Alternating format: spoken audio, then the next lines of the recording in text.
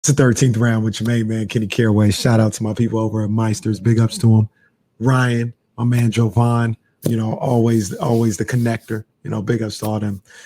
Today on the 13th round, man, I want to give a shout out to somebody that is hanging it up, calling it a career. And I gotta say a little bit of both when I talk about him calling it a career. And I'm talking about Mikey Garcia.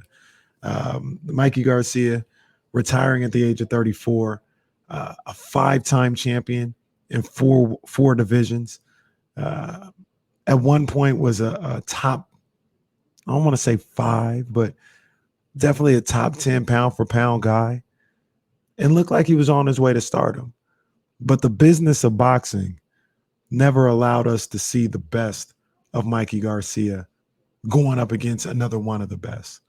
I think his best win, his biggest win, was probably against, was it Robert Easter? Is that who he played? That's who he fought, and that was like his big moment. I think that was right before the Errol Spence fight, but we never really got a chance to see Mikey Garcia test himself and really be in those huge fights. Biggest fight he ever had was the Errol Spence fight, and he got destroyed. But I feel like we were cheated a little bit because I would have loved to see Mikey Garcia going up against Vasily Lomachenko. I think that would have been a phenomenal matchup. And I think Mikey had all the tools to beat somebody like Loma.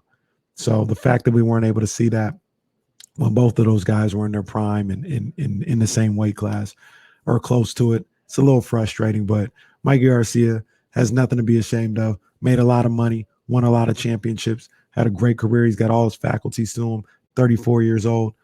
Wish you the best in your future endeavors, champ. That's the 13th.